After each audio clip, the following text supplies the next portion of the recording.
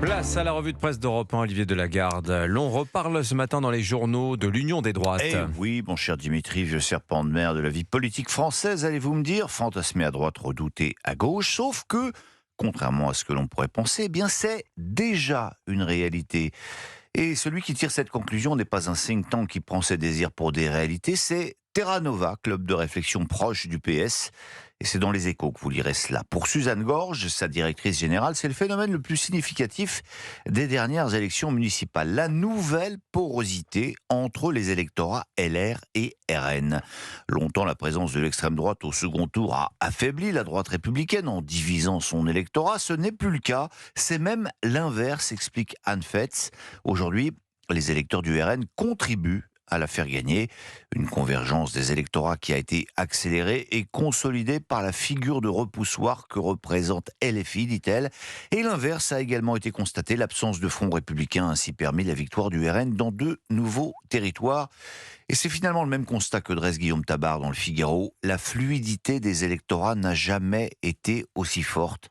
Restent tout de même des lignes de partage qui semblent plus hermétiques que les frontières politiques, indique-t-il. L'âge, 26% des 18-24 ans votent LFI. Jordan Bardella écrase ensuite le match chez les 25-64 ans. Le bloc central, lui, recueillant plus de voix chez les plus de 65 ans. Le lieu de résidence ensuite. Jordan Bardella frôle la majorité absolue dès le premier tour dans les communes de moins de 10 000 habitants, tandis que dans l'agglomération parisienne, il n'obtient que la moitié de son score national. En résumé, Dimitri, donne-moi ton âge et ton adresse, je te dirai pour qui tu votes. Donne-moi ton âge et je te dirai aussi ce que tu consommes. Oui, ça c'est un papier très intéressant qui fait la une des Échos sur la silver economy, comme on me l'appelle, autrement dit le marché de la vieillesse. Oui. Silver parce qu'argent, cheveux gris, quoi, c'est ça. Hein. C'est bien cela, quand il y a cheveux. Dans moins de 10 ans, un quart de la population française aura plus de 65 ans. Et déjà, les entreprises s'adaptent, car cette race des seniors a un fort pouvoir d'achat. Conséquence déjà visible dans les supermarchés, je ne sais pas si ça va vous donner envie de vieillir, des pommes-potes saveur du monde pour les vieux.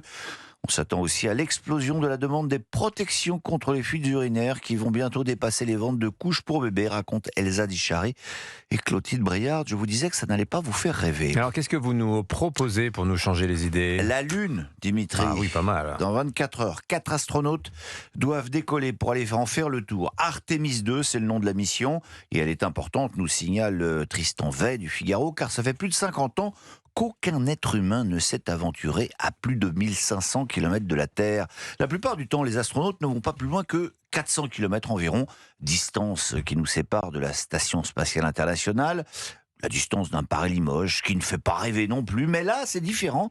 Il va s'agir pour la NASA de démontrer qu'elle est encore capable de faire revenir des astronautes d'aussi loin, parce que c'est beaucoup plus dangereux que depuis le Limoges spatial.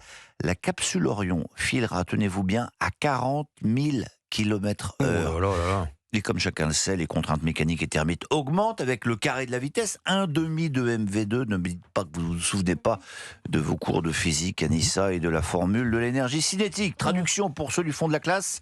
Plus c'est gros, plus ça va vite, plus ça chauffe. Et J'ai compris. Il y a donc un petit sujet de bouclier thermique puisque la température devrait atteindre les 2700 degrés. Oui, voilà. Espérons pour les 4 astronautes, 3 Américains et 1 Canadien, que la clim va donc fonctionner. À propos de Canadiens et de Canadiennes, vous me voyez venir évidemment. Céline Dion. Votre sagacité, C'est un peu long au démarrage.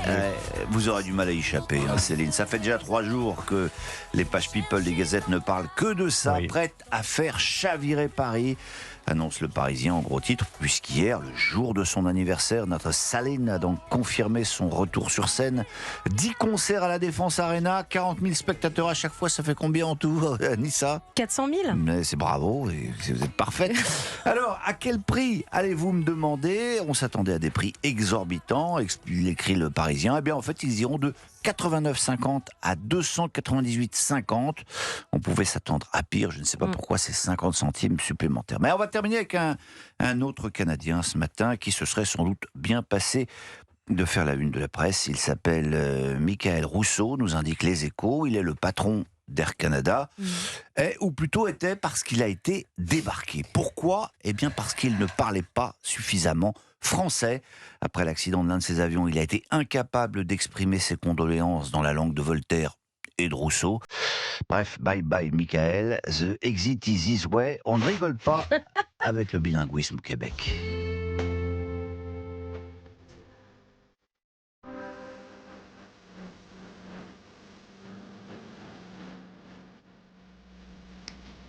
Robert Charlebois pour Eh oui. clore votre revue de presse, Olivier Ça Delagarde. va, je dis Il est personne. français, enfin il est québécois, Michael Rousseau, ou c'est Michael Ah Rousseau? ben, canadien, ouais, Ah, je oui. dis Michael, Ah, c'est canadien. Michael, vous l'avez. Michael oui. Rousseau. Un Canadien anglophone et un Ouais. Québécois francophone, c'est Bah, pas tout à fait la même chose. la même chose. La ligne de partage est épaisse entre les deux, vous le savez. On embrasse nos cousins. Merci beaucoup, Olivier Delagarde. Votre revue de presse sur Europe